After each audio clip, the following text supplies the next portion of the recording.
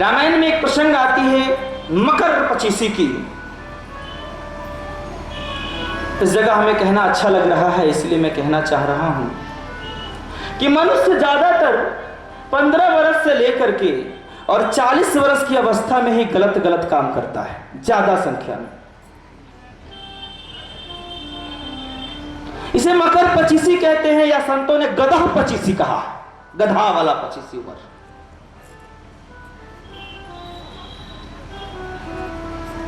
भगवान श्री राम जब जा रहे थे विश्वामित्र जी के साथ ना, तो माता बड़ी खुश हुई। इसलिए 40 वर्ष के बाद मनुष्य को थोड़ा भी ज्ञान मिलेगा तो संभल जाएगा, लेकिन ज्यादा ज्यादा ज्ञान और ज्यादा सत्संग जवानी में चाहिए, जवानी में।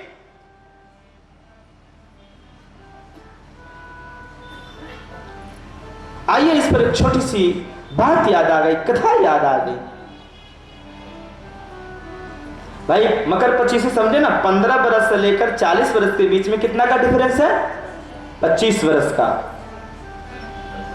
इसी 25 वर्ष में लोग विषयासक्ति के लिए और धन कमाने के लिए ना कुछ भी कर जाते हैं। क्या समझे?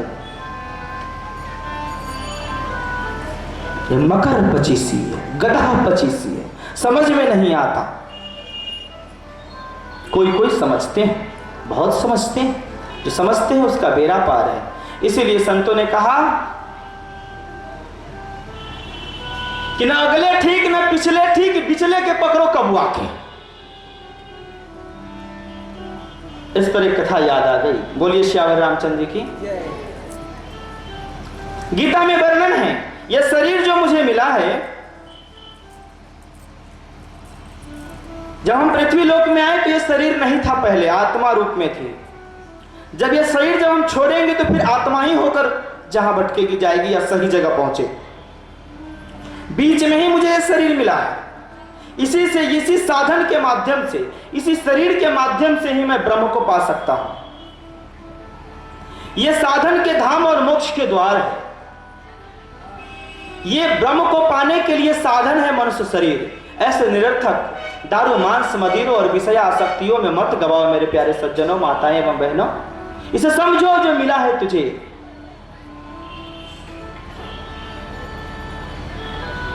संत जी बहुत प्रकांड विद्वान संत थे, बहुत ही निर्मल संत थे, अंदर से संत थे। वो अंदर के विद्वान थे, वो अंतःकरण के बाहरी ही शुद्ध थे। वो महान संत थे। उनके साथ 2 शिष्य पैदल यात्रा में कहीं जा रहे थे। अब ये 3 हो गए। गौर से सुनेंगे इस कहानी को, ठीक है? तो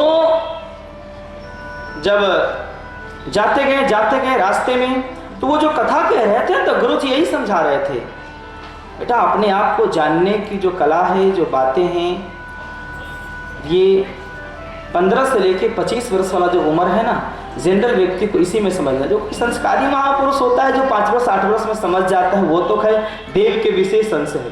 जो 10 वर्ष 12 वर्ष में समझ जाए, 8 वर्ष 5 वर्ष में समझ जाए, वो तो देव के साक्षात अंश है। भगवान कहते हैं वो तो मेरे साक्षात पार्षद है, जो 5 7 10 वर्ष की अवस्था में ये बातें समझ जाए।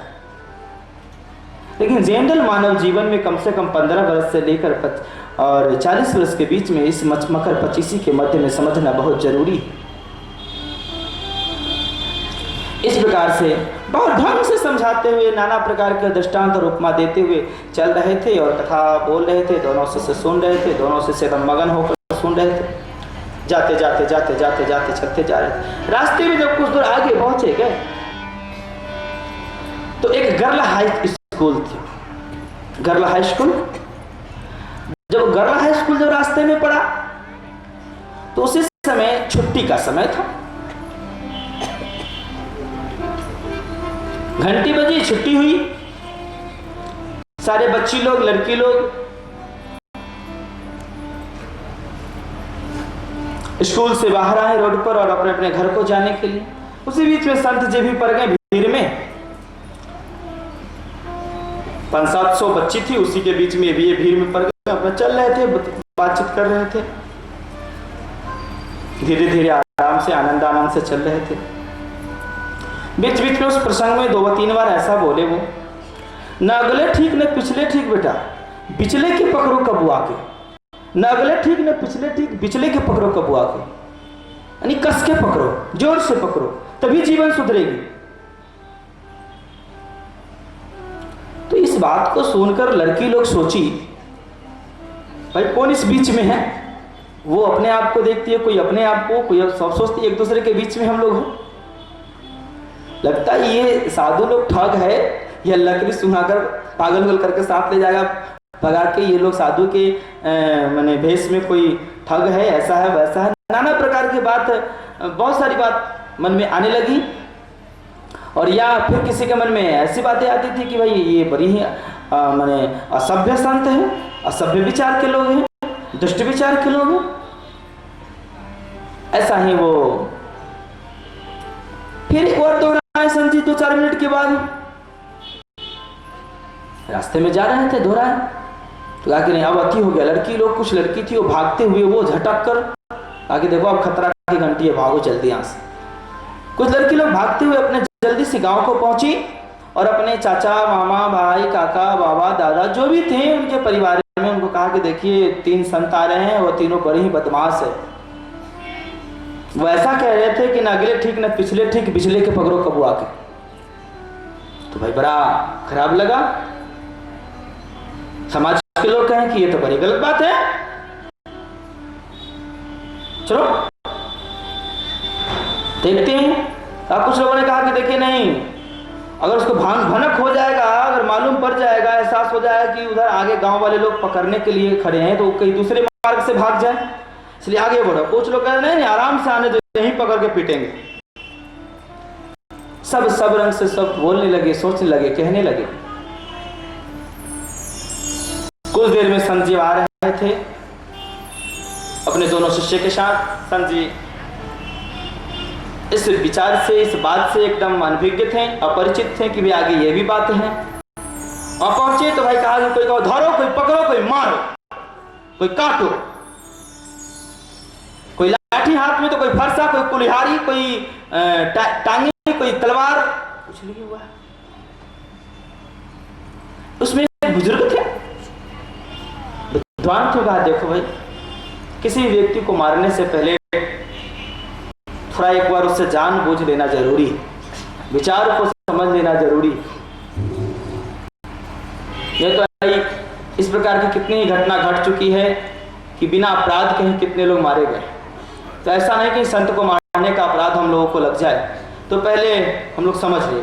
उसमें से 1-2 बुजुर्ग आगे आए और उनके साथ फिर 2-4 लोग भी आए। बुजुर्ग जो थे वो बोले देखो एकदम शांति से बात करना, उग्र में नहीं, शांति से एकदम बात किए।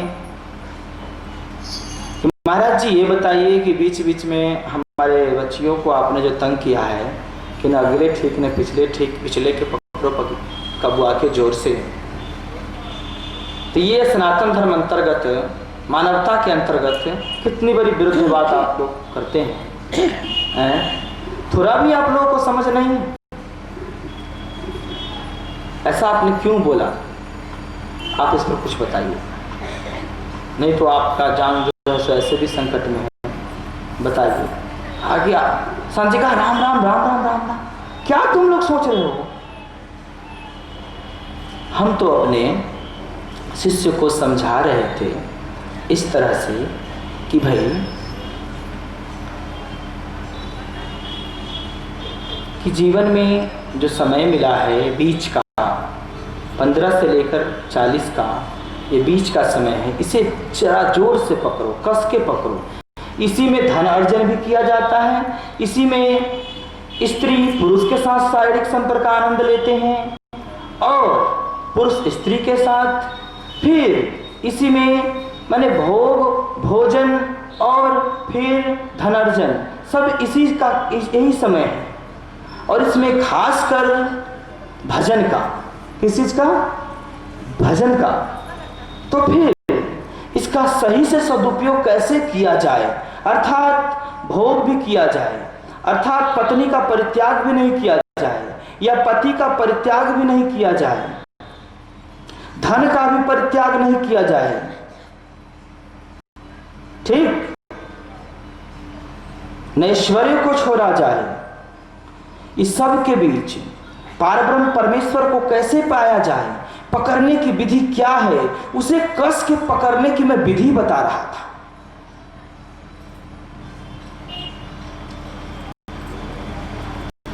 इसलिए कि पत्नी के रहित रहने से भी अच्छा से धर्म इस कलयुग में बन सकता नहीं।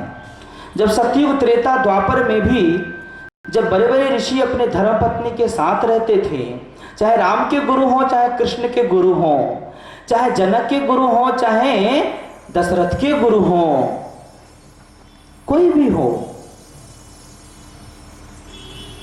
तो इसीलिए इस ढंग से उनको हम समझा रहे थे कि खाते पीते सोते जगते चलते फिरते तथा संतान को उत्पत्ति करते हुए 40-50 न संतान की उत्पत्ति कर सकते हो, न ठीक से धन की उत्पत्ति कर सकते हो, न ठीक से भजन कर सकते हो, न ठीक से यश कीर्ति अर्जन कर सकते हो, सब इसी 25 में होगा। इसको कैसे पकड़ा जाए कि किसी चीज को छोड़ा भी नहीं जाए और ब्रह्म को पा लिया जाए, इसी को कस के पकड़ने की मैं विधि बता रहा था। कितने सुंदर सटीक ढंग से संजय ने बताया। सब लोग सुनकर बड़ा आनंद हुए, कहे सर तो बहुत पहुंचे हुए लोग। उपमा में वो बताएं, देखो राम पूर्ण ब्रह्म थे, क्या उन्होंने पत्नी का परित्याग किया? नहीं। ठीक, शादी किए, हाँ। क्या शादी भी कर लेने के बाद क्या बच्चे पैदा ना किए? तो ना किए, 2 पुत्र हुए, लवकुश।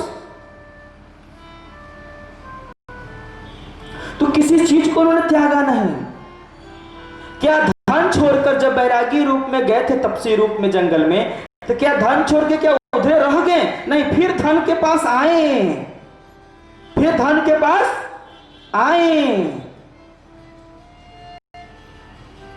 कृष्ण भगवान का भी उपमा उन्होंने दिया, इसी तरह से अनेकों महान महान संतों का भी उपमा दिया। उस काल के जो भी योग ऋषि थे, महान महान तपस्वी योगी साधक थे, सबका उन्होंने उपमा दिया। इसीलिए किसी को छोड़ने से भक्ति नहीं बनती, किसी को मत छोड़ो। एक दिन हमने आपको एक दोहा बताया था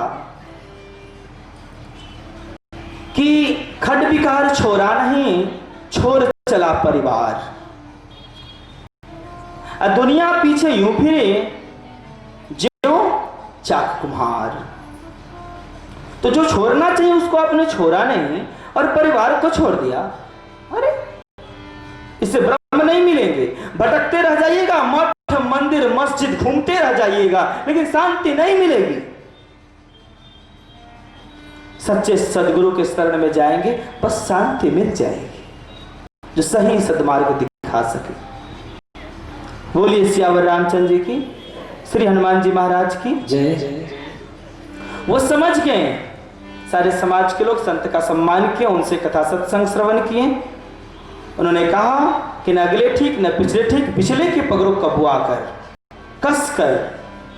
जैसे मैं कहता हूं कभी कभी, जिसकी जवानी सुधर गई उसकी जिंदगानी सुधर गई, जिसकी जवानी सुधर गई उसकी जिंदगानी सुधर गई।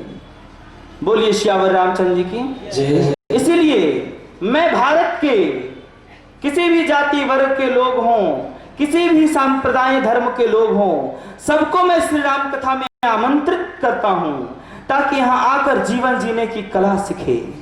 बोलिए श्यावर रामचंद्र जी की जय, श्री हनुमान जी महाराज की जय। अगर वो हिंदू है तो हिंदुत्व को माने, अगर मुस्लिम है तो वो भले अल्लाह को माने, फिर भी वो राम के चरित्र को जरूर अपनाए, तभी उसका कल्याण होगा, नहीं तो कल्याण नहीं होगा।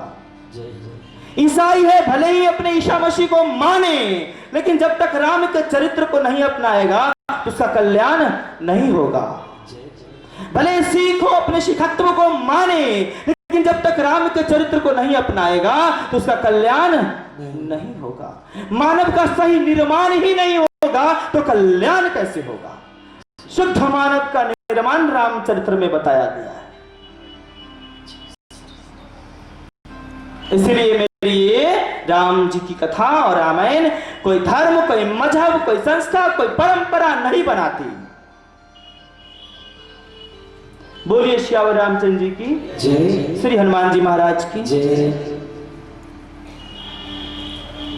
तो इस प्रकार से संत जी ने बड़ा ढंग से, बड़ा अच्छा से, बड़ा तरीका से कथा के बीच पहले एक भजन श्रवण कर लेते हैं। चलिए जय भजन बोलिए जरा, भजन का आनंद सब कोई लीजिए। तेरा राम जी करेंगे तेरा पार रे। आया ना जी के भजन। तेरा राम जी करेंगे मेरा पार रे। उदासी मन कहे को तेरा राम जी करेंगे तेरा पार रे। उदासी मन तेरा राम जी करेंगे मेरा पार रे। उदासी मन काहे को करे। तेरा राम जी करेंगे तेरा पार रे।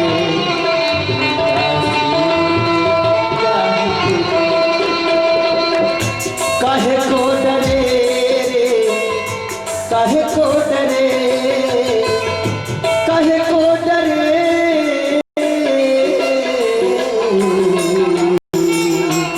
तेरा साईं जी करेंगे मेरा पार रे। उदासी मन काहे को करे। तेरा राम जी करेंगे मेरा पार रे। काहे को करे। तेरा राम जी करेंगे मेरा पार रे।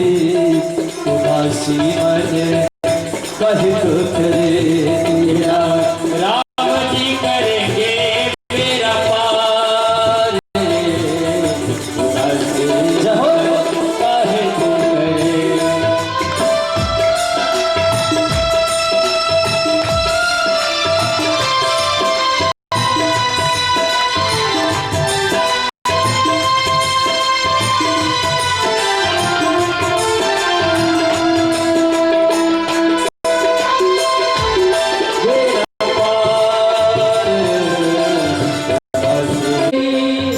राम हवाले लहर लहर हरे। आप सुधारे आप ही उठावे मेरा भार रे। हरे आप ही उठावे मेरा भार रे। उदासी मन काहे को करे। तेरा राम जी करेंगे मेरा पार रे। उदासी मन काहे को करे। तेरा साईं जी करेंगे मेरा पार रे। उदासी मन काहे को करे। तेरा साईं जी करेंगे मेरा पार। जय हो। उदासी मन काहे को करे।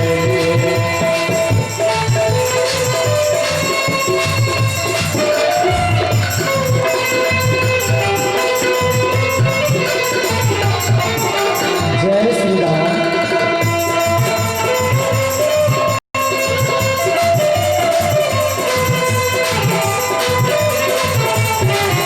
जय हो। क्या बात है। साईं जी करेंगे मेरा पार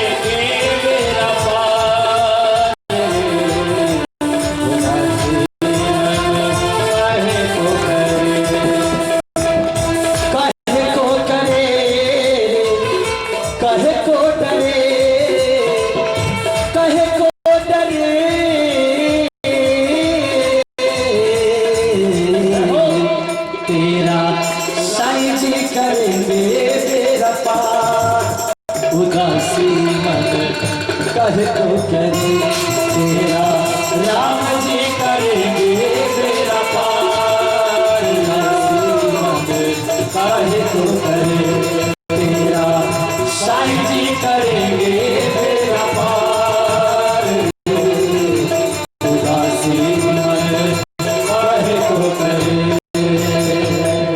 बोलिए श्यावर रामचंद्र जी की जय। भगवान शंकर जी बताएं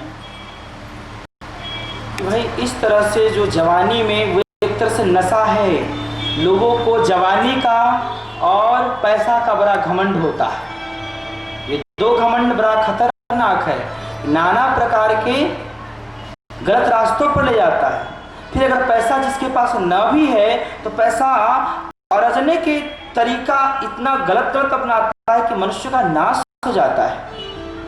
इसीलिए इसको ठीक से समझने के लिए ज़्यादा जरूरत है सत्संग की। जवानी में ही जो अभी 15, 18, 20, 17, 20, 25, 30, 35, 40 ऐसी जो अवस्था है, उन्हीं लोगों को ज़्यादा सत्संग की जरूरत। लोग समझ रहे क्या है, बूढ़े बुजुर्ग अपना जाएंगे, हम लोग तो जवान है। शास्त्र कहती है जवानी में सत्संग करने की जरूरत है। राम जी सारा सत्संग जवानी में किए हैं भाई। इसीलिए फिर जब पत्नी के साथ हो तो और सत्संग करे, इसलिए कि हमारे समाज में 99% पुरुष का एक खराब लक्षण है कि अपनी पत्नी सुंदर है, सुशील है, चरित्रवान है, तो भी चुरा नुका के दूसरे स्त्री के फेरी में पड़ जाते हैं।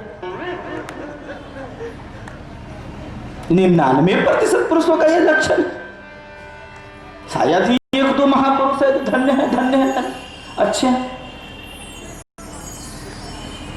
तो पत्नी और स्त्रियां भी, माताएं से मेरी वंदना है कि मैं कहूं आपको बुरा न लगे, समाज की जो बातें हैं अगर ये जो वाणी है जब पड़ेगी मात्र उस पे, तो उससे उसका संस्कार जागृत होगा, रोम रोम उसके संस्कार से जागृत होगा और वह संस्कार बन जाएगा, माता पिता का सम्मान करने लगेगा। सच्चा जो राम भक्त होगा उसको घर छोड़ के जाने की जरूरत नहीं है भाई। बोलिए श्यावर रामचंद्र जी की, श्री हनुमान जी महाराज की जय। छोटी सी कथा याद आ गई है। एक बार एक मित्तल साहब बहुत बड़े सेठ थे, टाइटल में मित्तल बोलते थे। क्या बोलते थे? मित्तल। तो हम लोग मित्तल साहब कहते थे। एक बार अपने पूरे परिवार के साथ कहीं जा रहे थे यात्रा पर। ठीक से श्रवण करें इस कथा को। कहीं जा रहे थे यात्रा पर, फिर उसके बाद बच्चों को भी उतार दिया। क्या हो गया, सब तो उतर गए, फिर भी क्यों नहीं ये गाड़ी चालू हो रही है कि अब क्या करें। अब उसके बाद वो अच्छा ऐसा करते हैं, इसका बर्नट हटा देते हैं, थोड़ा हवा तेज लगेगा कहीं चालू हो जाए। वो भी नहीं, जो जो उनके दिमाग में आया सब हटाते गए, गाड़ी एकदम कंकाल करके एकदम। और गाड़ी भी बड़ा ऑटोमेटिक, बड़ा सिस्टम कंप्यूटराइज था, सब कुछ खुल के हट जाता था, एकदम सिस्टम बहुत ढंग का उसका था। एक बार एक के गाड़ी से जा रहे थे, बस उनकी गाड़ी में बैठे थे, हम कहे और थोड़ा ठंड लग रही है, बस उनकी पूरी गाड़ी खुल गई, स्विच दबाया पूरी गाड़ी खुल गई। हम कहे वाह, दिल्ली में थे, कहे वाह क्या गाड़ी है भाई, पैसे की कमाल है, एक पर एक लोग ऐसे। अब जो है भगवान की दया से ये समझ नहीं पा रहे थे,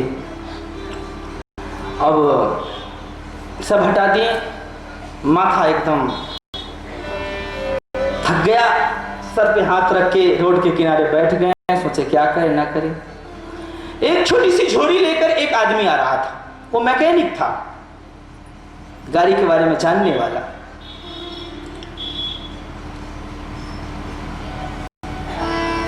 देखने में ऐसा नहीं लगता था मैकेनिक है, लेकिन वो सेठ जी को पहले से जानता था, इसलिए कि बड़े बिजनेसमैन थे और उनका कभी कभी पेपर में भी और ऐसे भी नाम आता था। क्या सर आप?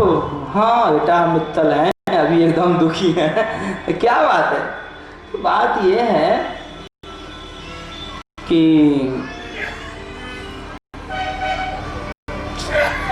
मेरी चालू नहीं हो रही। अच्छा तो कोई बात नहीं सर, अभी हम देखते हैं। देखा, बटन तो खुला हुआ था, देखा उसको। देखने के बाद अपने बैग से एक छोटा सा हथौड़ी निकाला। हथौड़ी समझते हैं, छोटा सा हथौड़ी निकाला और बस 5 हथौड़ी गिन कर मारा। क्या हथौड़ी? 5 हथौड़ी। 5 हथौड़ी मारा। कहा सेठ जी गाड़ी चालू करके देखे तो गाड़ी स्टार्ट होती है कि नहीं? गाड़ी स्टार्ट किया, गाड़ी स्टार्ट हो गई। ठीक, कहा ठीक है, सब्जी को फिर फिट कीजिए। सब्जी को फिर अपना स्विच सिस्टम जो भी था उसका सब फिट हो गया। फिर उसके बाद माता पिता आदि सबको बैठाए, बच्चों को भी बैठाए। अब थोड़ा या रेस में कहे बोलो कितना दें आपको भाई? कहा कि बस 1000 रुपया दे दीजिए। कहा कि अरे महंगाई बहुत बढ़ गई, उसके बाद भी तुम्हारे से ठग 5 हथौड़ी मारा, कुछ लगाया नहीं और 1000 रुपया मांगते हो? हम लोग भी बिजनेसमैन है, इतना मत मांगो यार। धन बहुत था उनके पास, बड़ा कंजूस थे, इतना मत मांगो यार। तो कहने ये तो मैं लूंगा ही, ये हमारी फीस है। तो कैसे तुम्हारी फीस हुई जरा बताओ तो तुम क्या लगाया है तुम इसमें? केवल 5 हथौड़ी तो मारा है? बाकी हाँ मतलब साहब 5 हथौड़ी का 5 रुपया, 5 हथौड़ी का 5 रुपया और दिमाग लगाने का पूरे 995 रुपया। इसलिए आप भी तो हैं इतने लंबे चौड़े, आपसे नहीं हुआ? ऐसे भी गाड़ी में कुछ रिंच था, उससे भी आपने देख लिया करके कुछ। लेकिन मुझे सेंटर मालूम है। क्या मालूम है? कि कहां गड़बड़ी और कहां ठोका जाए, किस केंद्र पर ठोका जाए। इस केंद्रों की चर्चा हम लोग बाद में करेंगे कि मेरे शरीर में किस तरह से 8 चक्र है, 8 केंद्र हैं, कैसे स्पंदित किया जाए, कैसे ब्रह्म जागृति किया जाए, कैसे राम का साक्षात्कार किया जाए। तो फिर मित्तल साहब ने यही कहा, वाह वास्तविक में तुम सत्य बोला। इस कथा से मेरा ये कहना है, उपमा देना है, ये दृष्टांत इसलिए मैं दिया कि सदगुरु सच्चे मैकेनिक होते हैं, सच्चे डॉक्टर होते हैं। सदगुरु को वैद्य कहा गया है रामायण शास्त्र गुरु पुराणों में। इस प्रकार से उन्हें यह मालूम है, जिस तरह से मित्तल जी सबको त्याग दिए थे गाड़ी स्टार्ट करने के लिए। रहेंगे गुरु कुम्हार शिष्य कुंभ है, गुरु कुम्हार शिष्य कुंभ है, गढ़ गढ़ काढ़े खोट। गुरु कुम्हार शिष्य कुंभ है, गढ़ गढ़ काढ़े खोट। अंदर हाथ सहार दे, बाहर मारे चोट। प्राणी बाहर मारे चोट। कि गुरु एक कुम्हार की भांति है, जैसे कुम्हार बड़ा मेहनत करता है घड़ा बनाने के लिए। कैसे कैसे माटी लाता है, कैसे कैसे सानता है, उसे गूंथता है, कैसे करता है, फिर चाक को चढ़ाने के लायक बनाने में बड़ा मेहनत वो करता है। सीधे सोचेगा माटी लाया साने और बना दिया तो नहीं होता, बड़ा मेहनत है उसमें। उसी तरह गुरु बड़ा मेहनत करते हैं समाज को ठीक करने में। तो गुरु कुम्हार शिष्य कुंभ है, लोग घड़ा हैं। एक ब्रह्मसूत्र की बात याद आ गई घड़ा कहने पर, लेकिन इसको बाद में पहले इस विषय को कहे कि भाई गुरु कुम्हार शिष्य कुंभ है, गड़गड़ काढ़े खोड़। उसके खोड़ को, उसके कमी को गड़गड़ के आराम से सहलाकर हाथ से निकालते हैं। कैसे जा रहे हैं एकदम गर्त में। इसे ठीक करने के लिए, समझने के लिए किसी का भी मन बिगड़ सकता है। विषय आसक्ति में किसी का भी मन बिगड़ सकता है। तो ठीक करने के लिए सत्संग की और अच्छे चरित्र की और अच्छे परिवार की जरूरत है, अच्छे संत की जरूरत है, ज्यादातर सत्संग की जरूरत है। बोलिए श्यावर रामचंद्र रामचंद्र जी की। इसलिए प्यारे सज्जनों, माताएं एवं बहनों, अब हम लोग कथा में आगे बढ़ते हैं। हमें लगता है हमारी बात को आप खूब ठीक से समझे होंगे। समझे? बोलिए श्यावर रामचंद्र जी की।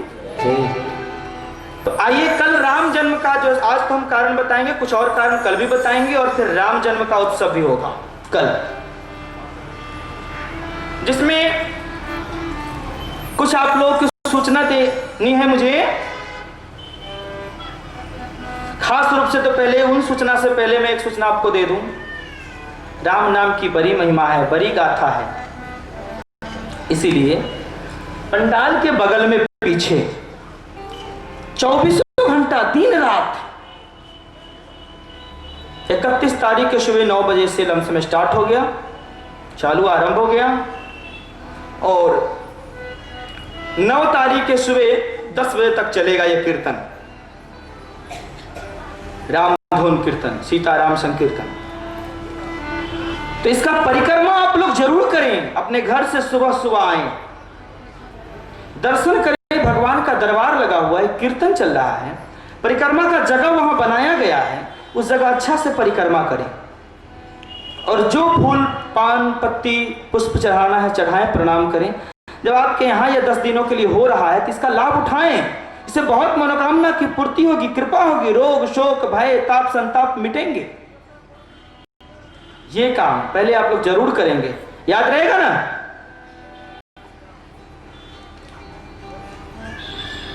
दूसरी बात,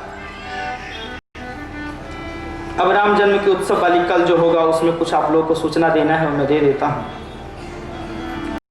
अपने अपने घर से एक दीपक लाएंगे।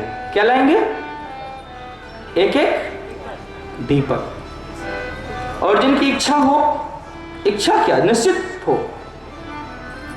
तो छोटे छोटे थालियों में अच्छा से जो है सो गुलाल अबीर से सजाकर, थोड़ा फूल पंखुड़ी छीट कर, थोड़ा थोड़ा फूल भी लाएंगे, थोड़ा फल भी लाएंगे। राम जन्म जिस दिन हुए सारे अयोध्यावासी बहुत कुछ दान किए, तो जिनको जो कुछ दान करने की इच्छा हो, न्यौछावर देने की इच्छा हो राम जन्म के उत्सव पर, न्यौछावर भी लाए, और अबीर थोड़ा थोड़ा जरूर लाएंगे। चैत महीना में राम जी का अवतार हुआ है, हमारे कथा में तो कल चैत का रामनवमी बीतेगा, लेकिन ऐसे तो भाई रामनवमी की जो तिथि है सो है, राम के अवतार अगर अंदर हो जाए तो जय जयकार है। बोलिए श्यावर रामचंद्र जी की। तो थोड़ा थोड़ा सब गुलाल अबीर लाएंगे, जिससे कि इसलिए फागुन के बाद ही चैत होता है। उस मौसम में जब राम जी का अवतार होता है, उस समय सब होली धूमधाम से उस दिन भी अच्छा से मनाते हैं। उसी भाव से हम लोग होली तो जो मनाने की तिथि है वो तो प्रहलाद जी की कथा में आती है होली मनाने की तरीका, लेकिन यहाँ भी बस उसी तरह अयोध्यावासी लोग मनाते हैं, ठीक उसी तरह हम लोग करें, एकदम अयोध्यावासी बन जाएंगे, है ना? तो थोड़ा थोड़ा अबीर लाएंगे, गुलाल लाएंगे। माताएं बहनें को ही तिलक लगाएंगे सभ्य भाव से, मुंह हाथ में कस के नहीं लपेटेंगे, है ना? एक दूसरे को भाव से तिलक कर देंगे, ठीक है ना? और थोड़ा भाव हो तो हल्का ऐसे उड़ा लेंगे, हल्का। सभ्यता से मर्यादा से सब कुछ अच्छा लगता है, ठीक है? उसके बाद तो कल हम लोगों का होली भी मन जाएगा और दीपावली भी मन जाएगा। जय हो। क्या दीपक जो लाएंगे और रखने के लिए व्यवस्था ढंग से यहाँ हमारे कार्यकर्ता यहाँ से वहां तक कर देंगे। जो आप लोग के पास दीपक होगा राम जी की आरती करके जगह जगह लोग रख देंगे, टेबल वगैरह रख देंगे, अच्छा से सजा देंगे, वहां आप लोग रख देंगे। कुछ फूल पंखुड़ी भी लाए राम जन्म पर लुटाने के लिए, लगे कि भाई यहाँ फूलों की वर्षा हुआ है इस पंडाल में, ठीक? राम जन्म के श्री उत्सव पर। बस यही सूचना है। आप लोग खूब भाव से मनाएंगे, भाव बड़ी प्रधान होता है। एक कथा में हमने एक बार पढ़ा था, एक राजा जी जब एक बार रामायण पढ़ रहे थे, उनको ऐसा लगा कि भाई रामायण पढ़ते पढ़ते इतना भी बोर हो गए कि वो लगे कि अभी ही सीता माता को रावण हर के ले गया है। इतना भी बोर हो गए, एकदम क्रोध में तमतमाया, भागा, घोड़ा पे सवार हुआ और कहा अभी मैं समुद्र किनारे जाऊंगा और लंका को मारकर मैया सीता को लाऊंगा। रावण को कौन मारे, मैं पूरे लंका को मारकर मैं सीता को लाऊंगा।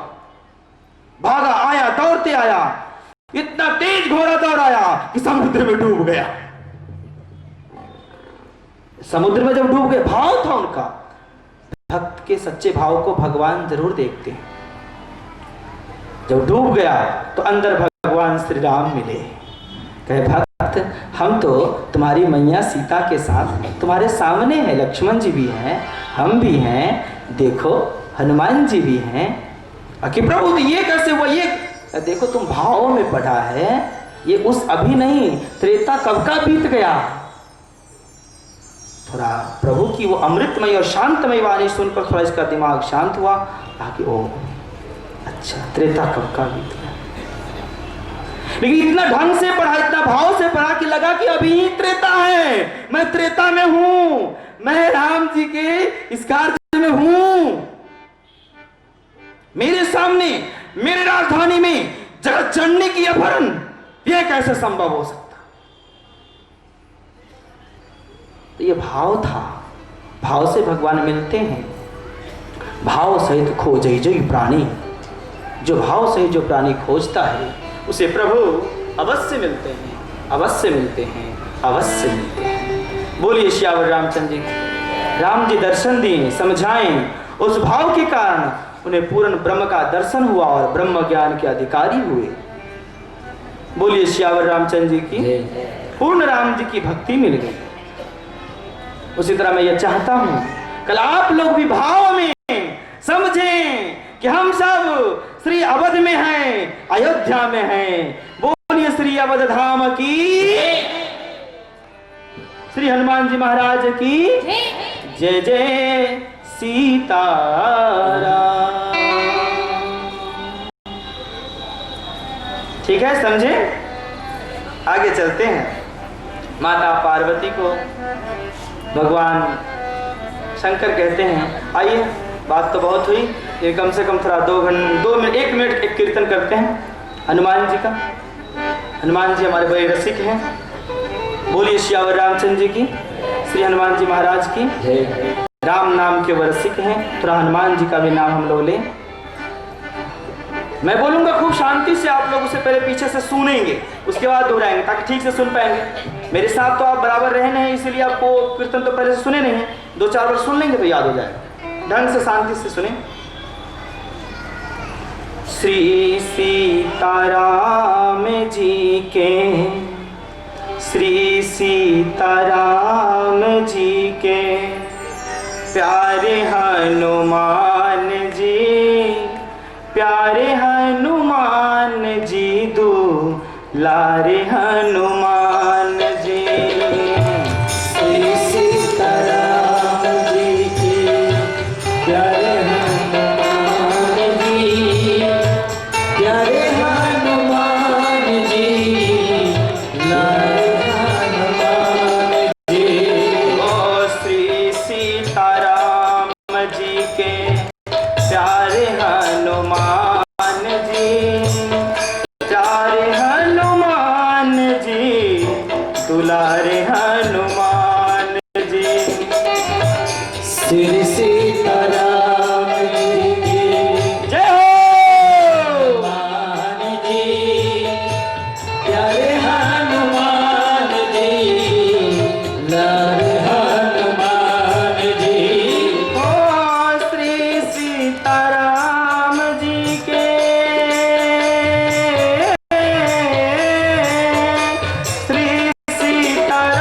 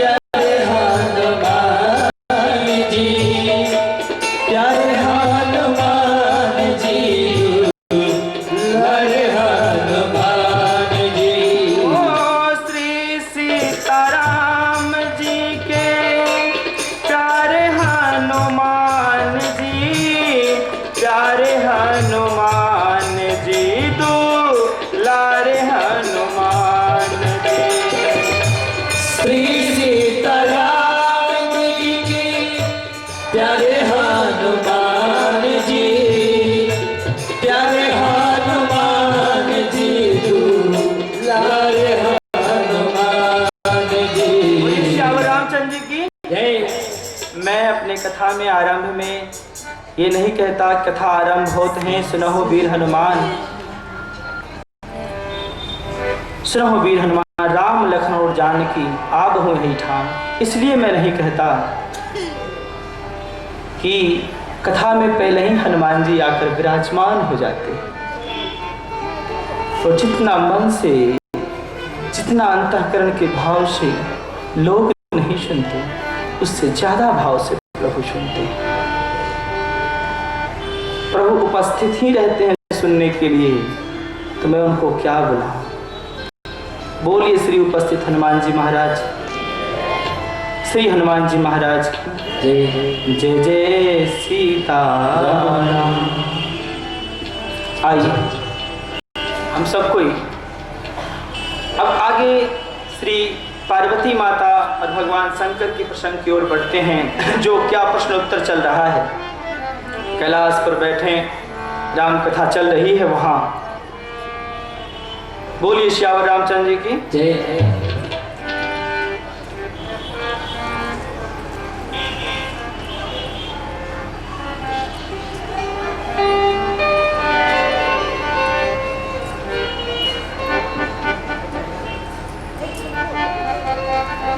इस तरह से जो हमने मकर पचीसी और गधा पचीसी के बारे में विशेष विस्तार रूप से बताया, भगवान ने अपनी वाणी में कहा कि भाई जिन कृत महा मोह मद पाना तिनकर कहा करिय नहीं काना।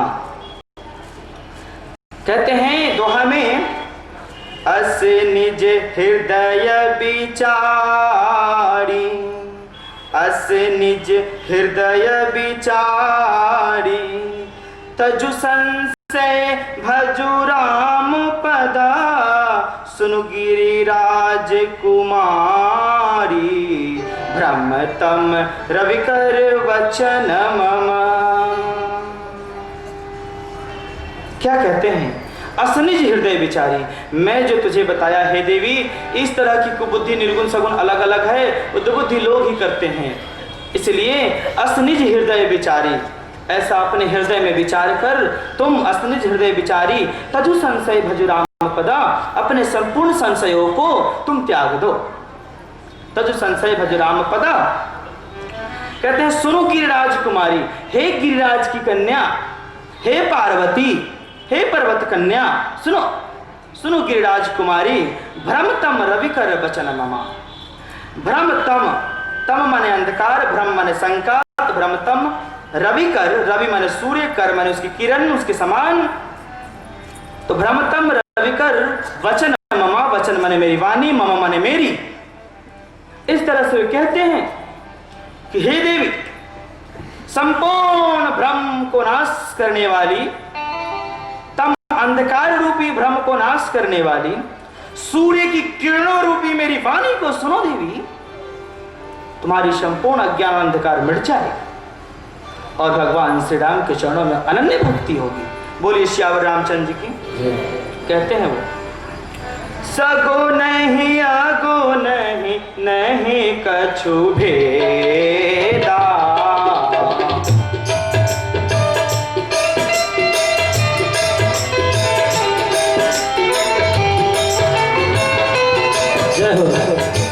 गावहि मुनि पुराण बुध वेदा।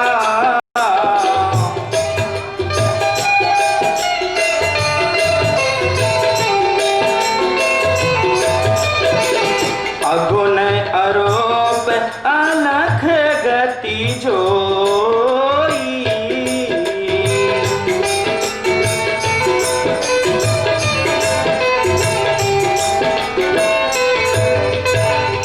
भगत प्रेम बस सगुण सो होई।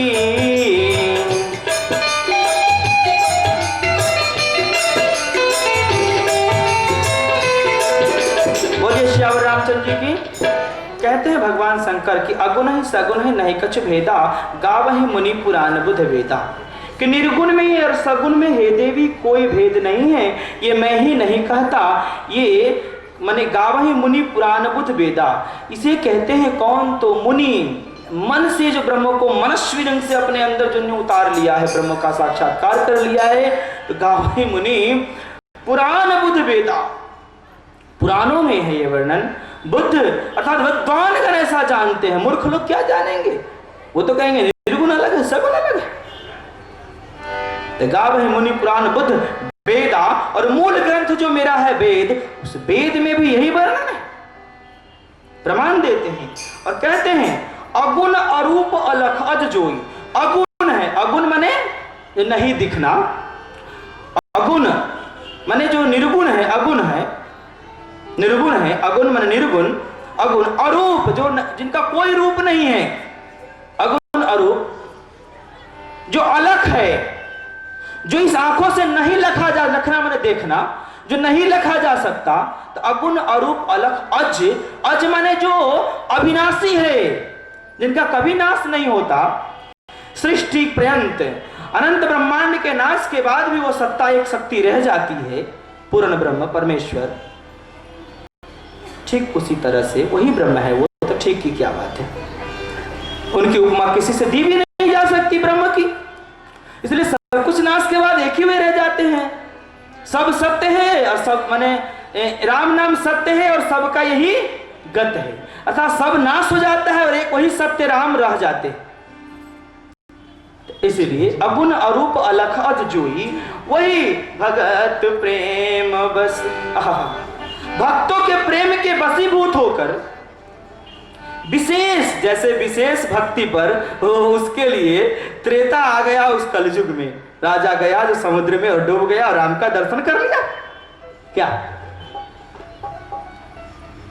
तो अधिक भक्ति के वशीभूत होकर भगवान कहते हैं कि भगत प्रेम बस, भक्तों के प्रेम के वशीभूत भगत प्रेम बस सगुण सो होई, वही सगुण बन जाते हैं देवी, वही सगुण बन जाते हैं। जो अलख है, अज है, अविनाशी है, वही। बोलिए श्याम रामचंद्र जी की। कहते हैं कि भाई जो गुण रहित सगुण सोई कैसे। आगे पद में कहते हैं भगवान शंकर कि जो गुण, अब तुम सोचोगी ये देवी कि जो गुण रहित सगुण सोई कैसे, तुम्हारा यह प्रश्न हो सकता है ना। तो सुनो कि जो गुण रहित सगुण सोई कैसे,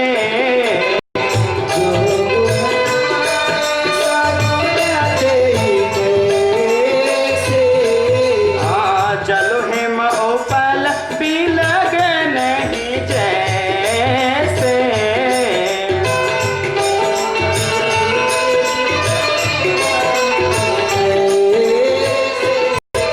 बोलिए श्याम रामचंद्र जी की। जो गुण रहित है, जो गुण से रहित अर्थात जो निर्गुण है, रजोगुण तमोगुण और सतोगुण से मानव निर्माण होता है, लेकिन सबसे जो परे हैं, जो निर्गुण हैं, जो गुण रहित, सगुण सोई कैसे, वो सगुण कैसे हो सकते हैं, दिख कैसे सकते हैं, वो जन्म कैसे ले सकते हैं, वो अवतार कैसे ले सकते हैं। हे देवी, तो कहते हैं जलु हिम उपल बिलग नहीं जैसे। आप बर्फ को देखते हैं, उपमा देते हैं उपल से अर्थात बर्फ से, कि जलु हिम उपल बिलग नहीं जैसे। तो बर्फ से ही पानी बन जाता है और पानी से ही फिर बर्फ बन जाता है। अगर पानी को किसी भी पात्र में रख करके, किसी भी जगह पे रख करके, अगर विशेष उसके फ्रिज में डाला जाए या खूब ठंडा हो जगह अगर, या फ्रिज में डाल दिया जाए, तो वो ही जल बर्फ का एक सगुण का रूप, अर्थात जल का कोई रूप नहीं है, कोई आकार नहीं है, जल का कोई आकार है नहीं, लेकिन उसी जल को किसी प्रकार के अगर ढांचा में या फरमा में रख दिया जाए तो उसी तरह का मूर्ति उग जाता है, आ जाता है क्या। तो इसी तरह से ब्रह्म निर्गुण है, लेकिन कब, जब भक्त, जैसे कि हम बच्चे थे तो बड़ा आश्चर्य हुआ, एक बर्फ फैक्ट्री में गए उस समय, तो देखे ये बर्फ कैसे जम जाता है। तो भाई देखते थे भाई कि एक मशीन था, उसमें बस पानी में मात्र डाल देता, पानी में डाल देता था, उसमें इस ढंग से तो पानी चलता ही रहता था। वो चलने के कारण वो घुलता नहीं था, लेकिन जो एक जगह रहता था वो वो बर्फ जम जाता था। उसका टेक्निक देखे, टेक्निक को समझे, हाँ वास्तविक में कला है, इसमें वैज्ञानिक तो है। तो जमाने की क्रिया, जैसा भी ढांचा में बर्फ को डाल दो, जैसा बनाना चाहो बन जाता है। ठीक उसी तरह से विशेष ठंडी होने से या विशेष क्रिया करने से वो जब मूर्ति का रूप या माने एक सगुन का रूप धारण कर लेता है, ठीक उसी तरह से पूर्ण ब्रह्म भगवान श्री राम जो निर्गुण है वही ब्रह्म भगत प्रेम बस सगुण सोई, भक्तों के विशेष प्रेम से सगुण रूप में अवतार ले लेते हैं, सगुण रूप में घट में दर्शन दे देते हैं। बोलिए श्यावर रामचंद्र जी की। कहते हैं कि जो गुण रहित सगुण सोई कैसे, तो जल हिम उपल बिलग नहीं, सुंदर ढंग से बताते हैं। आगे कहते हैं कि जासु नाम ब्रह्म तिमिर पतंगा,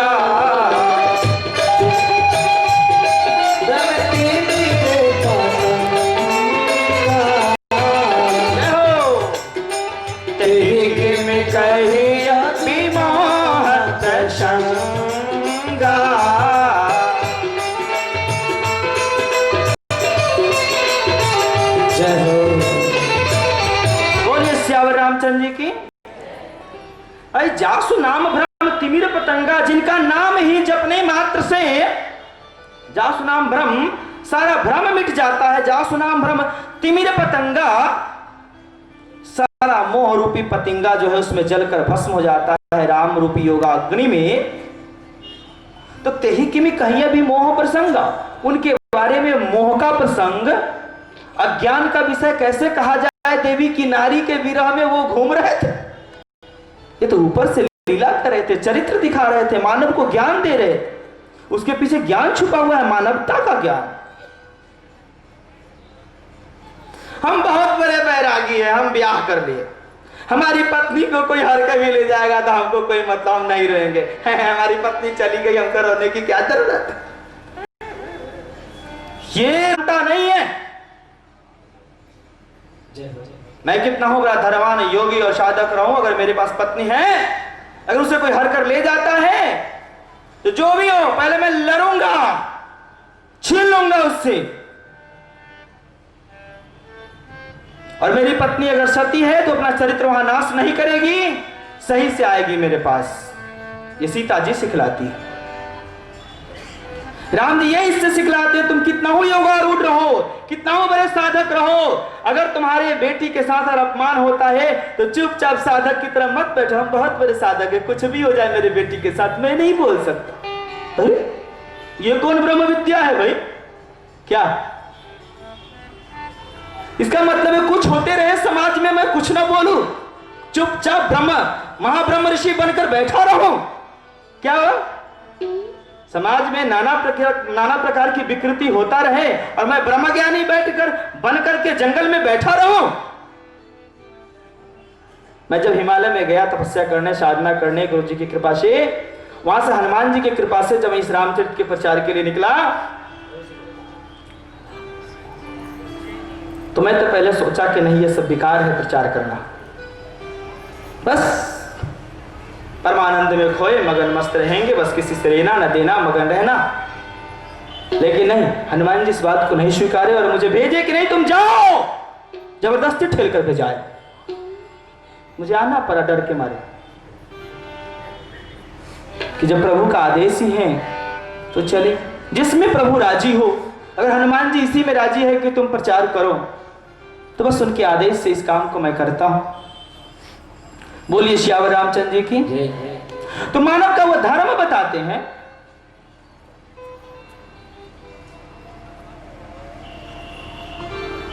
रोना ना रोना एक अलग बात है। राम जी की जो है सो पिताजी मर गए मालूम हो गया तो भी जो है सो राम जी नहीं रोए, लेकिन वहां तो सीता जी का हरण हो गया तो दिखाएं लीला में ही, तो वहां नहीं रोए, लीला में ही वहां रोए, समझाएं उस लीला से कि अगर तुम स्त्री को अगर चरित्रहीन होने देते हो तो फिर बस भारत की गौरव खत्म, सनातन धर्म की गौरव खत्म। लो एक बार किसी के मन से हम सुन रहे थे कि भारत स्वाभिमान, स्वदेशी चीज अपनाओ, विदेश से पैसा लेकर आओ।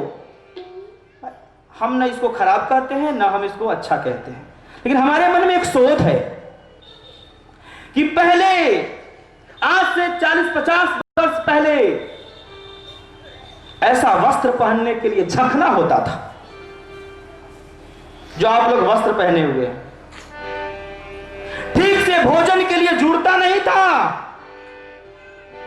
एक साँझ खाते थे तो 3 साँझ भूखे रहते थे। मेरे पूर्वजगण आज से 40-50 वर्ष पूर्व घर ऐसा बिल्डिंग, अरे सपना में भी नहीं। तो आज मेरी भारत धन कितना हो चोरी करने वाला चोरी किया है तो भी कम तरक्की नहीं किया। धन तो बहुत बढ़ गए, फैशन तो बहुत बढ़ गए। क्या इतना लोग फैशन करते थे पहले के मेरी दादी परदादी लोग?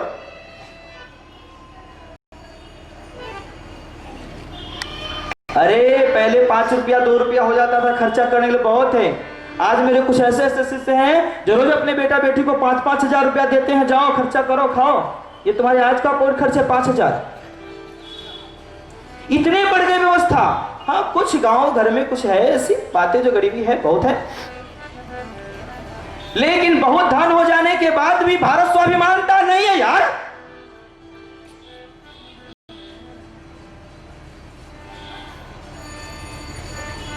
गौर से जानने वाली बात है। अन्य राज्यों में बहुत ऐसा सुनते हैं कि वहां चरित्र नाम का कोई चीज नहीं है। क्या अन्य देशों में ऐसा सुनते हैं? बहुत लोग जानते हैं। स्त्री पुरुष का क्या संबंध है, भाई बंधु का क्या संबंध है, क्या मर्यादा है, ये विशेष नहीं है। लेकिन मेरी भारत ये विशेष बात। इसीलिए हमारा भारत पूर्ण स्वाभिमान तब होगा, मेरे विचार से, मेरे अनुभव से, मेरे शोध से तब होगा जब मेरे भारत के बच्चे बच्चे, हर लड़की, हर लड़का, हर बूढ़े बुजुर्ग के अंदर राम सा चरित्र जागृत होगा। क्या होगा? राम सा चरित्र जागृत होगा, राम सा एक संस्कार जागृत होगा। धन ही बहुत हो जाए और संस्कार ना हो तो ये कैसा भारत स्वाभिमान है भाई? सोचने वाली बात है। क्या जीवन में धन की भी जरूरत है, मर्यादा से है, भगवान दे ही रहे हैं, लेकिन चरित्र मत रखो। अगर चरित्र तुम खोते हो तो फिर तुम भारत के वासी नहीं हो, दूसरे देश के वासी हो। अगर चरित्र को कोई वैल्यू नहीं देते हो तो फिर इस देश के तुम कैसे हो सकते हो भाई? बोलिए श्यावर रामचंद्र जी की। इस पर एक छोटी सी बात आ गई है मानव मर्यादा की, मैं कहना चाहता हूं, खूब गौर से समझेंगे। भारत के व्यवस्था के अंतर्गत में ऋषियों ने एक परिवार बनाया। पहले जब मानव का जन्म हुआ तो उस समय बीच में कोई आचार्य नहीं थे, तो लोग जन्म लेते थे। ब्रह्मा के जो ऐसी सिस्टम थी सृष्टि की, आप लोग कभी मौका मिले तो मैं बताऊं सृष्टि की तरीका जो हमारे पुराणों में वर्णन है, लेकिन लोग जो है उससे नष्ट भ्रष्ट हो जाते थे। तब ब्रह्मा जी ने सोचा कि ये क्या हो रहा है, हम तो रचना कर रहे हैं लेकिन गड़बड़ा जा रहा है मानव। तब ऋषिवर को रचे, सप्त ऋषियों को उन्होंने रचा। किसको? सप्त ऋषियों को। सबके साथ पत्नी भी दी, धर्मपत्नी दी, और बताएं समझाएं सिस्टम और ज्ञान दिए, और कहें तुम लोग जाकर के समाज में चरित्र की स्थापना करो। किस चीज की? जीने की कला सिखलाओ, खाने की कला सिखलाओ, सोने की कला सिखलाओ, उठने की कला सिखलाओ, माता पिता को कैसे माना जाए। ऐसा नहीं कि पशु पक्षियों की तरह कि हमारी कोई भतीजी है तो उस पर हम बुरी नजर करने लगे, हमारी कोई भाव, जैसे कि भाई पशु पक्षी में कोई रिश्ते कोई नहीं, कोई वंशज हो, कोई उसी के पेट से जन्मा हो वही हो, उसके भी साथ शारीरिक संपर्क शुरू हो जाता है। लेकिन मानव में ये बात नहीं है। तो ये सारे सिस्टम मानव में पहले भी था, गर्भवरी पशु सा। तो देखिए ब्रह्मा जी कि नहीं, ये मेरी सृष्टि तो घबरा रही है, जो मैं रचाऊं वो तो घबरा रहा है। तब मानव का शिक्षक ऋषि, सप्त ऋषि मुनि रचे गए। महान महात्मा को, महात्मा गंज जिन्हें हम लोग साधु कहते हैं, साधु को रचा गया। वो साधु समाज में आए अपने धर्म पत्नी के साथ, और उनकी पत्नियां भाई स्त्री कैसी बननी चाहिए ऐसा सिखाना शुरू किए। और वो ऋषिगण वो सिखाने लगे कि भाई कि तुम सच्चे पुरुष कैसे बनोगे, खाओगे कैसे, जड़ी बूटी का अनुभव कैसे होगा, ये सब का अनुसंधान कर करके दैविक उनको ब्रह्मा जी का एक आशीर्वाद मिला। तुम जो कुछ छुएगो तुझे अनुभव होने लगेगा। तुम इस अगर फूल को हाथ में ऐसे रखते हो, अनुभव करोगे, तुम्हें पता लग जाएगा किस रोग में काम आएगा। जाओ तुम सातों को हम एक अनुभव की अद्वितीय कला देते हैं, और इससे तुम सृष्टि में तुम एक विशेष मानवता की स्थापना करो। हर चीज की अनुभूति की सकते हो, तुम छुओगे अनुभव हो जाएगा। ऐसा जो है सो उसके बाद फिर मानवता का प्रचार होते होते इस सिस्टम पे आए।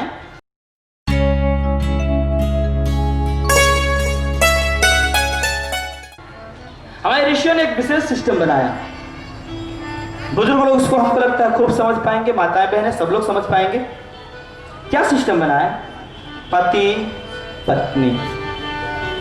पुरुष वो सच्चा होगा तो एक पत्नी के सिवा दूसरे किसी भी स्त्री पर बुरी नजर या शारीरिक संबंध की याचना या प्रार्थना या चाह या माने मन में ऐसी बातें नहीं रखेगा।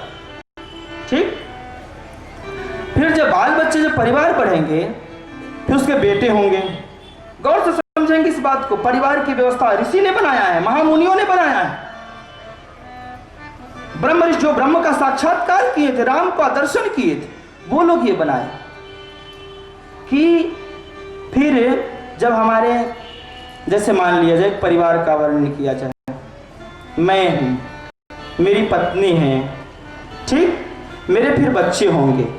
अगर मेरे 2 पुत्र हैं तो दोनों की फिर शादी होगी। ठीक, दोनों की शादी होगी तो एक बड़े जो बेटा मेरे होंगे उनकी पत्नी मेरे जो छोटे बेटा है, छोटे भाई को जो है सो उसके भाभी लगेंगे। वो भैया हुए थे, भाभी हुए। और छोटे भाई की जो पत्नी होंगी वो जो है सो बड़े भाई का जो है भाभो है ना, भाभो ये रिश्ता है ना, ये रिश्ता है ना शायद, भाभो। ठीक। उसके बाद ऋषियों ने बनाया कि भाई भाभी को भाभी माँ कहेंगे। क्या कहेंगे? माँ शब्द बड़ा पवित्र है, भाभी माँ कहेंगे। भाभी शब्द के बारे में बड़ा एक छोटी सी बात याद आ गई। लक्ष्मण जी के बारे में प्रसंग है कि राम जी ने जब पूछा लक्ष्मण जी से कि देखो उनके जब हाथ में मिला एक जगह सुग्रीव जी के माध्यम से चूड़ामणि, देखो तो भाभी के माथे का चूड़ामणि यही है तो क्या जूरा जो लगाती है? लक्ष्मण जी ने कहा था नहीं भैया मुझे मालूम नहीं। सारे गानों को जब देखे लक्ष्मण जी तो कहे कि इसमें से एक चीज तो मैं पहचान सकता हूँ कि जो भाभी के चरणों में जो ये बिछिया नुपुर है ये भाभी की निश्चित है, और चीज मैं नहीं पहचानता। अर्थात इस सिद्धांत से, इस दृष्टांत से ये बताते हैं भाभी माँ। अर्थात कभी भी लक्ष्मण जी अपने भाभी सीता जी के मुख पर नहीं देखा, केवल जब जाते थे सामने चरण में ध्यान रहता था। आहा क्या भाव, चरण में ध्यान रहता था। भाभी माँ, मुखमंडल को सुंदरता को देखकर कहीं मन में विकृति न आ जाए। लक्ष्मण जैसे बैरागी ऐसा सोच सकते हैं तो आम आदमी क्या चीज है भाई? आए दिन ऐसा सुनने को आता है समाज में कि फलना भौजाई के साथ फलना देवर फंसा हुआ। लक्ष्मण जी शिक्षा देते हैं कि मेरे जैसा बैरागी का कभी मन बिगड़ सकता है, इसलिए मैं चरण पर देखता हूं भाभी मां। तो तुम क्या चीज हो बेटा? क्या? इसी तरह से हमारे ऋषियों ने भाभी मां चरणों पर दृष्टि रखने की शिक्षा दी। रामायण में ये सिखला, ये नहीं जो भाभी से हंसी दिलगी मजाक भाई, ऐसा नहीं। मर्यादा से बात करो। भाभी मां है, जिस तरह से मां के सामने एकदम मर्यादा से रहे, उल्टी सीधी बातें नहीं करते हो, साथी के बीच में कुछ भी लफा शूटिंग बात कर लेते हो, लेकिन माँ के सामने नहीं करते हो। ठीक उसी तरह से भाभी के सामने भी मत करो मजाक की बातें, बुरी बातें। फिर ऋषियों ने उसमें और बनाया विचार कि जो छोटे जो माने भाई के पत्नी हो भावो होंगे, तो भाई वो सिद्धांत तो ऋषियों ने ये बनाया कि उसके शरीर में कभी टच नहीं करेंगे, मुखमंडल नहीं देखेंगे, हर समय उनके घूंघट रहेंगे भावों के पास। ठीक है, जो कि कहीं मुखमंडल से कहीं विकृति ना आ जाए देखने से, सुंदरता से। ठीक, और जिस आसन पे अगर भैंसुर बैठा है, भैंसुर कहते हैं ना बड़े माने भाई को, जो माने अपने पति के जो बड़े भाई से भैंसुर कहते हैं ना, तो भैंसुर जिस आसन पे बैठा है उस आसन में भावो सट सकती नहीं। अगर टच करती है, सटती है, तो उस समय मेरे ऋषियों ने यह विधान बना दिया कि वो अशुद्ध माना जाएगा। क्या विधान बनाया? अशुद्ध। भाई सटने से कोई अशुद्ध हो सकता है? ऐसा अशुद्ध हो नहीं सकता है, लेकिन वो नियम बनाए कि आगे चल के खराब स्थिति पैदा हो सकती है, तो मैं नियम ही ऐसा बना देता हूं कि स्थिति ही खराब ना हो, चरित्र ही खराब ना हो। अगर संजोग से छुआ जाता है तो उसे टच कर जाता है उस आसन में, तो पंचगव्य खाना होगा, शुद्धिकरण करनी होगी, तब जाकर फिर शुद्ध होगा। फिर ससुर से घूंघट करेंगे। ऐसा नहीं कि भाई पुतोही बहुत सुंदर हैं और उनको जो है देखकर ससुर का मन लुभा गया, बेटा कहीं है, और उसको खूब धन दे के लुभाकर उसको अपने वशीभूत कर लिया, पुतों के साथ गलत संबंध कहीं स्थापित हो जाए, इसलिए ऐसा मर्यादा बना। आहा, क्या मेरे ऋषियों का विचार था कि एक ही परिवार में रहो और इतनी मर्यादा, घूंघट करो, ऐसे रहो, ऐसे रहो, कहीं चरित्र ना बिगड़ जाए, इसलिए इंद्रिय बड़ा प्रबल है, काम क्रोध लोभ ईर्ष्या द्वेष वासना बड़ा प्रबल है। शिव बिरंचिका मोही तो कोहे बपुरा आन। शिव और बिरंची को भी मोहित कर सकता है सुंदर रूप, तो आम आदमी क्या है? इसीलिए शास्त्रों ने कहा है, सच्चे ऋषि बनना चाहते हो तो धर्म पत्नी के साथ रह करके धर्म का पालन करते हुए एक ही पात्र में, एक ही स्त्री में अपने विषय को आसक्त, एक ही जगह संकुचित रख करके, एक ही जगह पात्र में संतुष्ट रह करके तुम आगे साधना करो। पत्नी का नाम धर्म पत्नी पड़ा, कुकर्म पत्नी नहीं। क्या पड़ा? धर्म पत्नी। और धर्म पत्नी के साथ होने से कोई मोह माया में नहीं पड़ता, इस जगत से उद्धार हो जाता है। ऐसा वर्णन है दुर्गा सप्तशती में, आप लोग श्लोक पढ़े होंगे। मार्कंडेय ऋषि कहते हैं, पत्नीम मनोरमां देहि मनोवृत्तानुसारणिम तारणम दुर्ग संसार सागरस्य कुलोद्भवाम। आहा, क्या कहते हैं मार्कंडेय ऋषि कि हे प्रभु, पत्नी मनोरमां देहि, मुझे पत्नी मनोरम दीजिए। कैसा दीजिए? मन को हरने वाली सुंदर पत्नी दीजिए। पत्नी मनोरमां देहि मनोवृत्तानुसारणिम, मेरे मन के अनुसार चलने वाली, अर्थात पतिव्रता। मनोवृत्तानुसारणिम, और ऐसा करती है वो तो तारणिम दुर्ग संसार सागरस्य, अर्थात दुर्ग माने महा कठिन संसार सागर से, भावबंधन से, दुख के संपूर्ण चक्करों से तारने वाली, दुर्ग संसार सागरस्य तारण, और तारने वाली महा या दुखों के सागर से तारने वाली पत्नी, कुलोद्भवाम, और उत्तम संस्कारी कुल में जन्म ली हुई, ताकि समझ सके कि पति परमेश्वर क्या चीज होते हैं, और माने समझ सके कि पातिव्रत धर्म क्या चीज होती है। बोलिए सियावर रामचंद्र जी की। हम लोग पतिव्रता का चर्चा करेंगे अनसुईया और सीता जी के मिलन में। सती अनसुईया और सीता जी के मिलन में बड़ा सुंदर प्रसंग है। बोलिए सियावर रामचंद्र जी की, श्री हनुमान जी महाराज। ये परंपरा मेरे ऋषियों ने बनाया। किसने बनाया? और इसे हम लोग आज भूलते जा रहे हैं। सब लोग सोचता है जितना खुलते और खुल्लम खुल्ला होते जाए, इसलिए आप संपूर्ण माताएं, बहनों और पुरुषों से निवेदन है कि मेरी बात पर ध्यान दें, अपने पौराणिक ऋषियों की बात पर ध्यान दें। सोचिएगा बाबा बहुत कम उम्र के कितना ये गहरी बातें करते हैं। हम कथा के साथ साथ चाहते हैं आपको अपने मानव जीवन की वास्तविकता से परिचय भी कराएं, तब फिर ब्रह्म तत्व से भी परिचय कराएं। मानवता से परिचय नहीं होगा तो ब्रह्म से कैसे परिचय होगा? बोलिए श्यावर रामचंद्र जी की। आराम से जिन्हें जहां जगह मिले बैठ जाएं। बोलिए श्यावर रामचंद्र जी की, श्री हनुमान जी महाराज की जय। इसीलिए भाई हमारी बात आपको अगर बुरी लग रही हो तो मुझे क्षमा करे, बच्चा समझकर, है ना। एक वास्तविकता है, उसी से मैं परिचय करा रहा। बोलिए श्यावर रामचंद्र जी की जय। श्री हनुमान जी महाराज की। जय।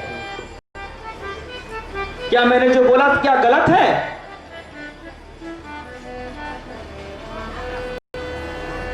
और ये सिस्टम जहां नहीं है वहां अनेकों पाप होते। क्या लोग कह अरे भावो हो तो क्या हो गया, छोटी बहन के समान हो, घूंघट हटा दो, आओ चरण छुओ, कोई बात नहीं है। लेकिन शास्त्रों ने कहा, ऋषियों ने कहा कि नहीं, पति के सिवा किसी का चरण न छुएं, चाहे ऋषि हो चाहे हम ही क्यों ना हो, गुरु ही क्यों ना हो, पिता ही क्यों ना हो।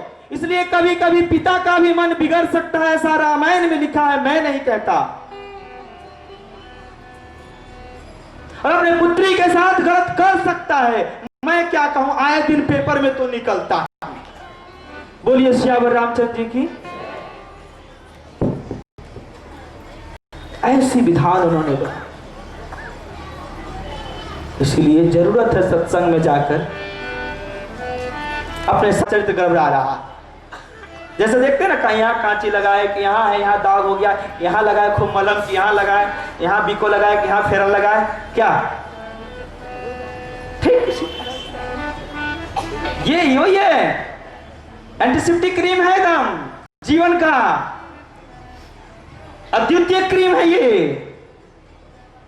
जीवन में लगाओ और जीवन को चमकाओ। जो मुख में लगाते हैं, मुख चमकाने का लोग कोशिश करते हैं, क्या? बोलिए श्यावर रामचंद्र जी की। इसीलिए मैं कहता हूं, कार्यकर्ताओं से, अरे इस माइक का थोड़ा आवाज दो बेटा। कार्यकर्ताओं से मैं कहता हूं कि भाई एक रामायण का स्टॉल लगा दें, ताकि जिन भक्तों की इच्छा हो रामायण वहां से खरीदें, ले लें। कल से जरूर आप लोग लगा दें। बोलिए श्यावर रामचंद्र जी की जय। श्री हनुमान जी महाराज की जय। जय जय सीता।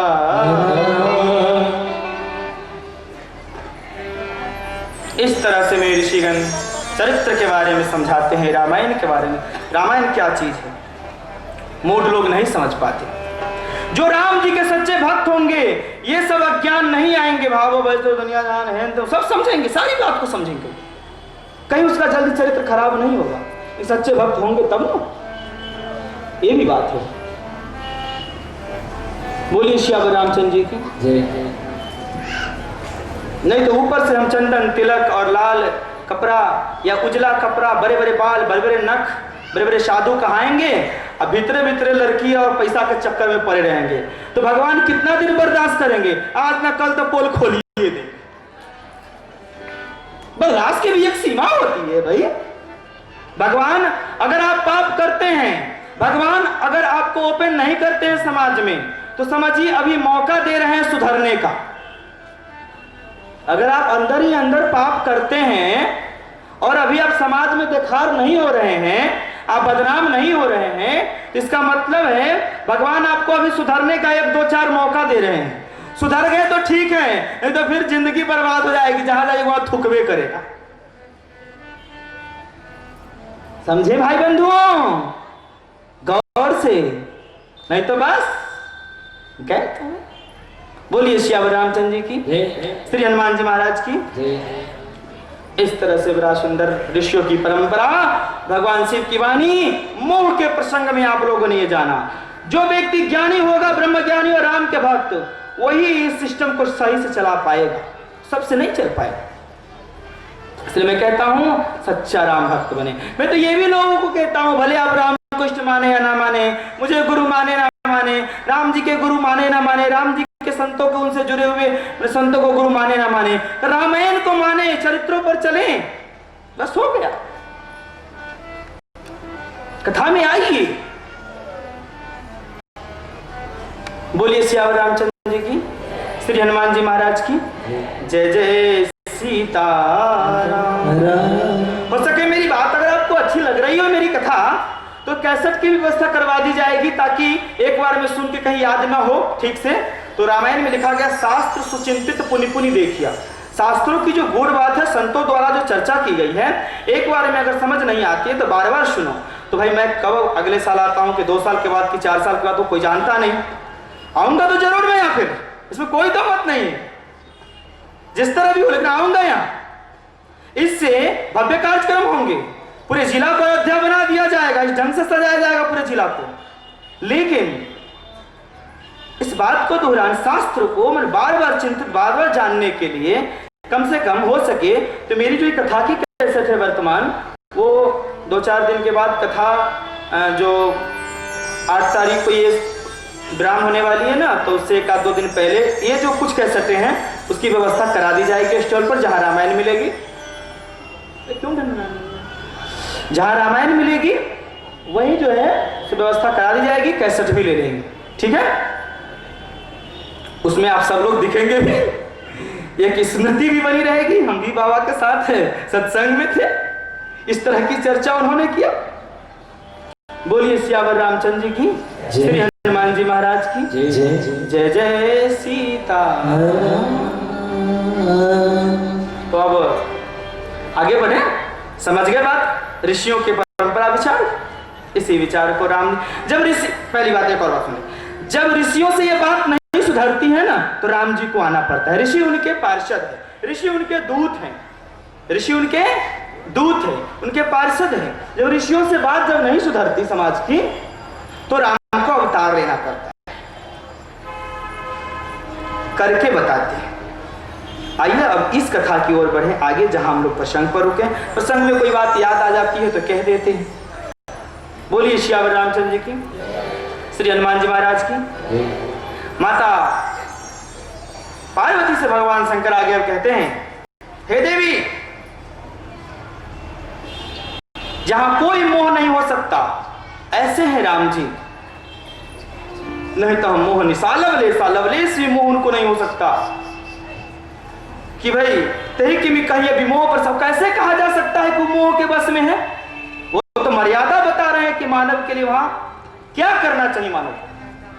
बोलिए श्याम रामचंद्र जी की। आगे अब कहते हैं राम, शंकर भगवान कहते हैं माता पार्वती से, राम सच्चिदा नंदे दिनेशा, राम सच्चिदा नंद दिनेशा, नहीं मोह निसलवलेशा, राम सच्चिदा नंद दिनेशा, नहीं मोह निसलवलेशा, सहज प्रकाश रूप दिन राती, सहज प्रकाश रूप दिन राती,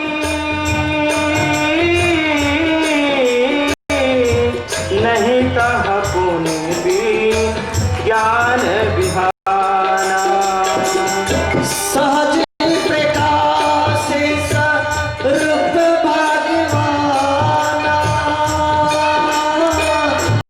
नहीं तो पुनि भी ज्ञान विहाना, राम सिया राम जय जय राम, राम सिया राम जय जय राम,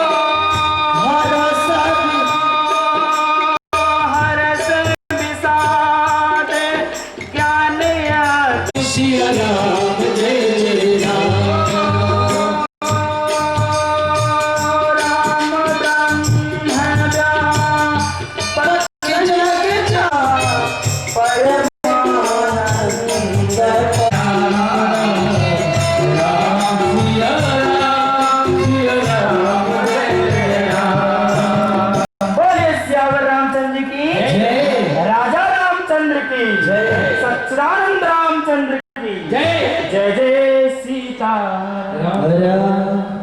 अपनी वाणी से ब्रह्मसूत्र के आधार पर भगवान दिनेशा सच्चिदानंद है, वो दिनेश है, दिनों पर दया करने वाले हैं। नहीं कहा मोह निशा लवलेसा, निशा लवलेसा मोह अज्ञान रूपी मोह थोड़ा भी वहां नहीं है, सहज प्रकाश है रूप भगवान। आहा नहीं कहा पुण्य विज्ञान विहाना, कहते हैं वहां हर्ष और विषाद ये तो जीव का धर्म है। हर्ष विषाद ज्ञान अज्ञाना जीव धर्म अहमित अभिमाना, इस प्रकार से बहुत धर्म ढंग से सुनाते हैं। भगवान हर्षित होते हैं। भगवान रामचंद्र जी की, श्री हनुमान जी महाराज की जय जय। इस प्रकार से बहुत सुंदर ढंग से भगवान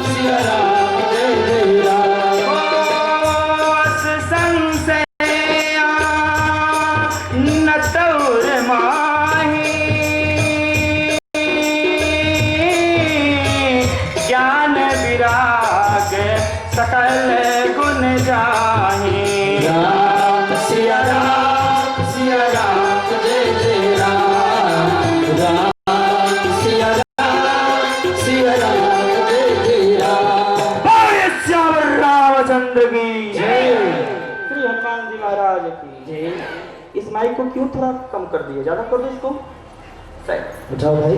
बगल वाले को क्या बोलते, बोलिए श्याम रामचंद्र जी का जय। कहते हैं बड़ा सुंदर विचार है कि भाई राम जी की नाम ऐसी है कि विवश होकर भी विवश हम जासु नाम नर कहां। अगर मन से नाम नहीं है, मन लेने का ना, मैं आपको बोल रहा हूं कि सुबह और शाम कम से कम यहाँ आकर आप लोग शहर के जितने लोग हैं कीर्तन में 10-20 मिनट भाग लीजिए। रात भर चलता है। आइए सबके पास, लमसम लोग के पास गाड़ी है, लाइन से लगा दीजिए गाड़ी, आराम से 1-8 घंटा कीर्तन में भाग लीजिए, फिर शाम को भाग लीजिए, परिक्रमा कीजिए। परिक्रमा का जगह उस जगह बनाया गया है। तो कहते हैं विवश होकर के भी अगर राम नाम जपा जाए ना, भाव से नहीं, विवश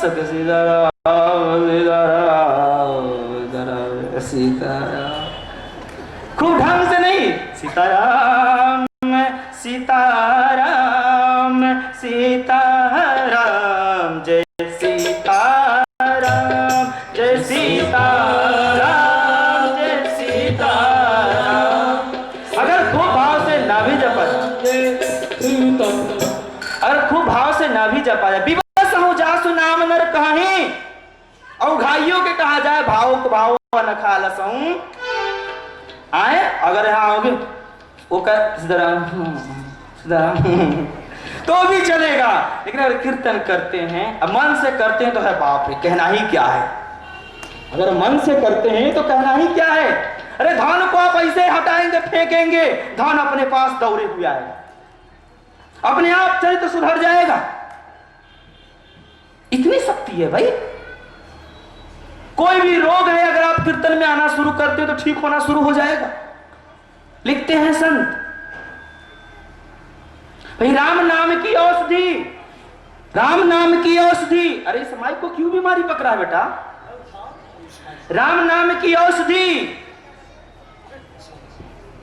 कहते हैं कि राम नाम की औषधि खरी नियत जो खाए, अंग रोग व्यापे नहीं, महारोग मिट जाए। कि राम नाम की औषधि अगर सच्चे मन से अगर खाया जाए, पाया जाए, तो राम नाम की औषधि खरी नियत मैंने सच्चे मन से खाए तो अंग रोग व्यापे नहीं। सबसे पहले बीमारी कोई होगा ना, मोटापा होगा जल्दी, ना जल्दी भी अधिक होगा। क्या कहते हैं, डायबिटीज होगा। देखते हैं राम दिन में जितने लोग हैं, किसी को डायबिटीज है, किसी को मोटापा है, राम लमसम फिट फाट। ये लोग बड़ा कीर्तन करते हैं मेरे साथ। भगवान किसी को किसी चीज की कमी नहीं दी है। ऐसा नहीं कि सब गरीब है, सब धनवान है, सबको सुखी संपन्न है सब।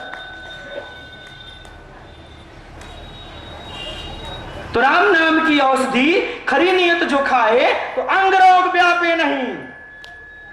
शरीर में तो बीमारी व्यापेगा ही नहीं, महारोग मिट जाए। टीबी, कैंसर, दमा धमा दुनिया जहां सब आओ तो पहले से ही कीर्तन तो करो झूम के। लेकिन खूब, अरे देखिएगा ना उस समय, जिस समय लोग करता है, मन करेगा हा क्या कहे, आइएगा तब तो क्या। रात में हम कहें हमारी आवाज वहां है, लेकिन राम नाम के बिना मन नहीं लगता। हमने ब्रह्मानंदन बाबू को फोन किया रात में 10 बजे, तो वो बोले कि मैंने फोन, बोले क्या, फोन ही नहीं उनका, मैंने लगा उठाए ही नहीं। तो फिर जितेंद्र जी को फोन किए, जितेंद्र जी जो है सो फोन उठाए, जी गुरु जी अभी आ रहे हैं। बेचारे 10 साढ़े 10 में तुरंत गाड़ी लिए आए और फिर आए यहाँ, हम लोग 1 बजे तक रहे, उसके बाद फिर आवास पर गए। कहने का मतलब है कि सुबह शाम आए आप लोग भी, मेरे कहने का भाव ये है, सब कुछ ठीक रहेगा, सब कुछ ठीक हो जाएगा। बोलिए श्याम रामचंद्र जी की। तो ऐसा राम नाम में प्रताप है, इतनी शक्ति है।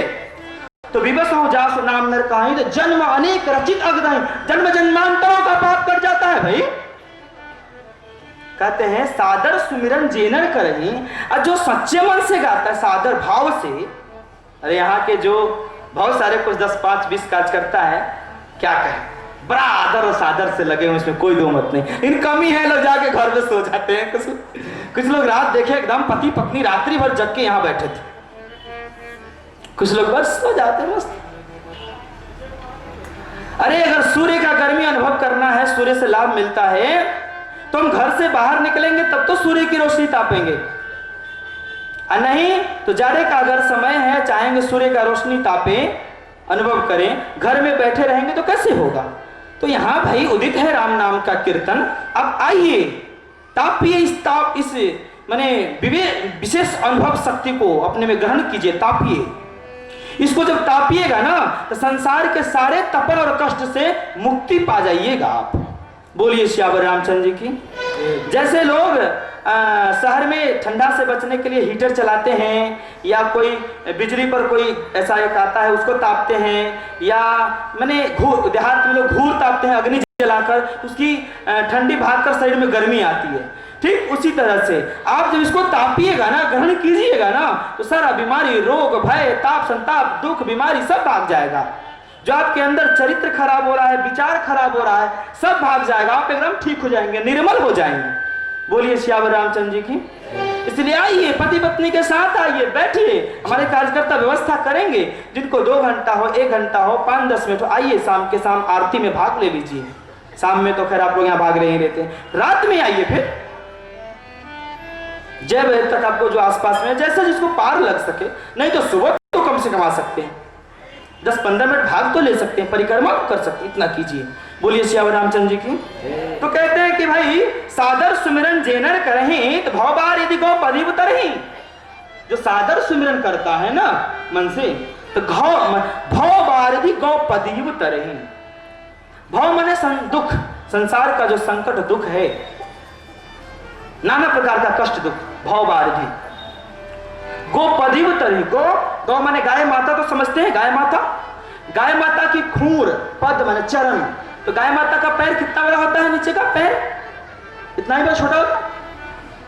कितना हो बड़ा संकट आपका होगा, नहीं आप अगर पार कर रहे हैं, पा रहे होंगे, अगर नहीं आपसे अगर पार हो, आप अगर पार नहीं कर रहे होंगे उस गड्ढा को, उस कष्ट को, तो जब नाम जप करेंगे, सुमिरन करेंगे, तो वो गड्ढा अपने आप, वो कष्ट अपने आप छोटा हो जाएगा, और जल्दी उस कष्ट को पार करके सुख के सागर में आप समाहित हो जाएंगे। बोलिए श्याम रामचंद्र जी की, श्री हनुमान जी महाराज की जय जय सीता। तो सादर सुमिरन करने से, इसलिए आप लोग आइए। अगर आप लोग जो दीक्षा लेना चाहते हैं, हाँ बहुत लोग सोचते हैं कि बाबा बहुत पैसा लेते होंगे, इसलिए बाबा के साथ बहुत बड़े बड़े लोग जुड़े हुए हैं, इसका मतलब बाबा बहुत पैसा लेते होंगे। ऐसी बात नहीं है, बाबा दीक्षा में 1 रुपया भी नहीं लेते। श्रद्धा है, फूल अक्षत जो भी चढ़ा दो, इच्छा है तो भाई संत का जीवन तो भाई दान से ही चलता है, इच्छा है तो कुछ दान करो, नहीं इच्छा है तो कोई पाबंदी नहीं, कोई रोक टोक नहीं। दीक्षा लेने में कोई पैसा रुपया नहीं लगता।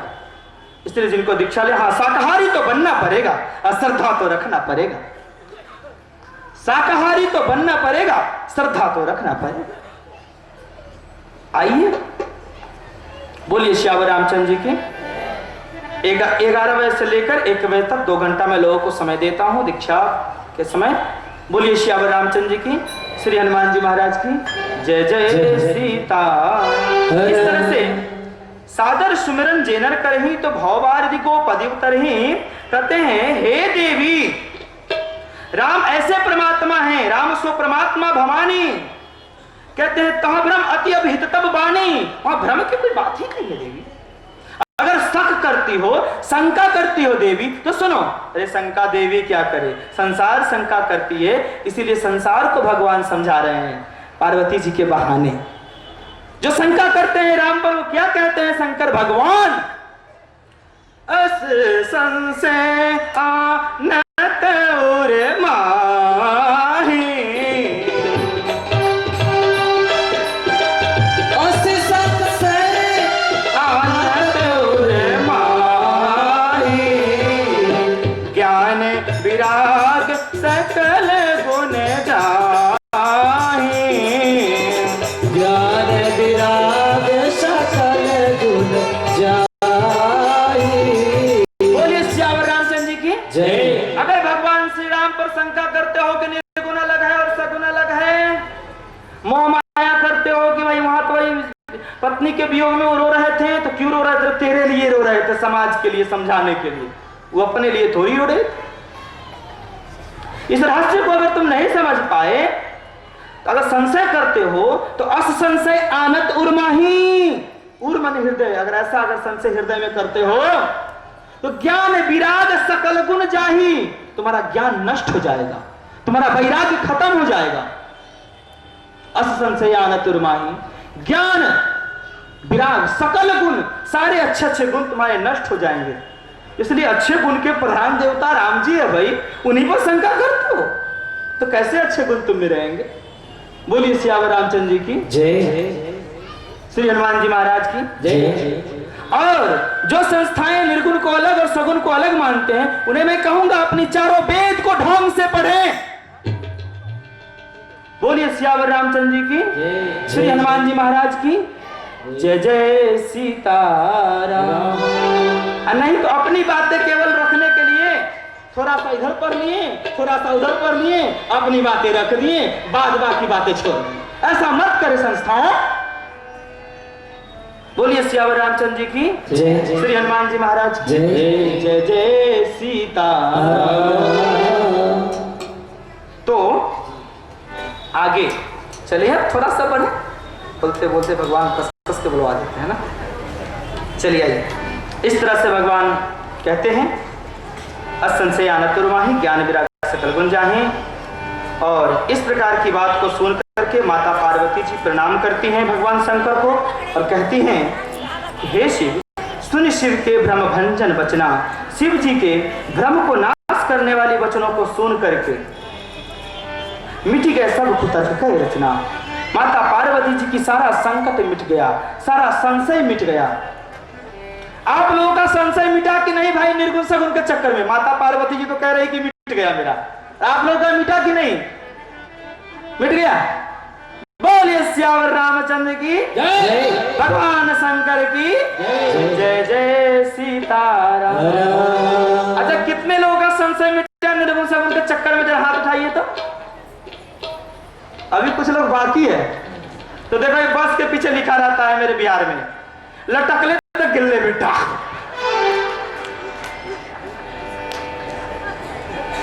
लटके नहीं, अगर नहीं समझ में आया तो फिर से मेरे पास आए, समझे। बोलिए सियावर रामचंद्र जी की जय। तो आगे अब भगवान को बड़े ढंग से माता